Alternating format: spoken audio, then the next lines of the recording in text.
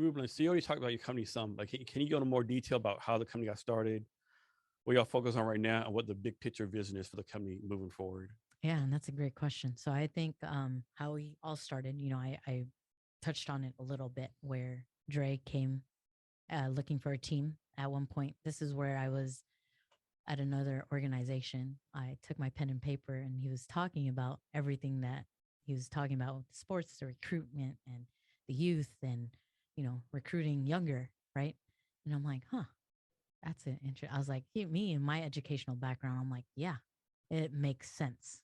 Like, yeah, if you're wanting to recruit younger, you have to be able to find a way to connect with them, have a bridge. And I think that started it off already, where it's like, okay, you have a league that's happening, basketball leagues, any kind of sporting leagues we can have, right?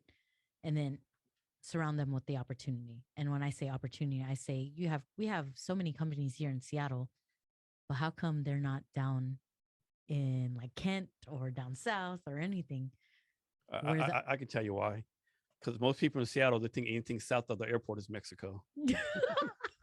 that but I'm saying was that you're wanting untapped talent. That's where your untapped Yeah. talent is. And like, okay, well, that's where it comes down to again. There's like, you got to meet people where they are. You And like, can't have it there. yeah. Our resources down here in Seattle is way different than the one in And Tacoma down has south. Tacoma has like 4 or 5 colleges in the area, right? Yeah. It's just very different when it comes down to the resources, like it's different because I see where it's getting allocated. We see the east side that is getting more than what's happening down south. And then these companies are always asking, where can we get these talent that is not there? I was like, dude, you're not looking.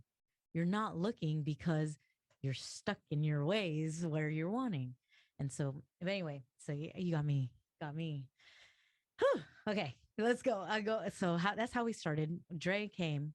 I, was taking notes and I was like, yeah, okay, I'm all in. After I left this old organization I was at, and I was trying to figure out what the hell was my next thing to do.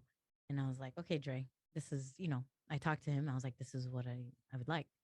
And he's like, okay. And we agreed to it. And we started figuring out, like, we had everything there. And then that's when Ahmad came in, was because, we had to pivot virtually. And that's where YP communities came in, right? And so I was like, okay, that's where we all wanted to go all in with the staffing part, is because that specific, like his pipeline and his community he has built, YP has built, was continuously asking for a firm, an agency firm to do staffing agency. Oh, can you find me candidates? And that's where Access2 came. So it really started with the event planning part of the leagues, of like basketball leagues. We've done, ping pong. We've done. We were we were supposed to do something with soccer, then COVID hit, right? But being able to combine career fairs and sporting events, and then that way figuring out your pipeline's getting younger. So that's where you're looking for high schools and up, right? And so how do we do that? Is that, yeah, sporting events and leagues in itself, and essentially removing the four traditional interview rooms and really seeing what it's like to see this person without seeing their resume first. And I think that in itself is where we are as a niche, as Access2, is that being able to have these sporting events, but yet you have these people that are recruiting for their company find talent. I would say a hard number is that when we did our first event was that we were able to source 20 people, 17 into, unions, laborers, USPS and all that. And then the others were in tech.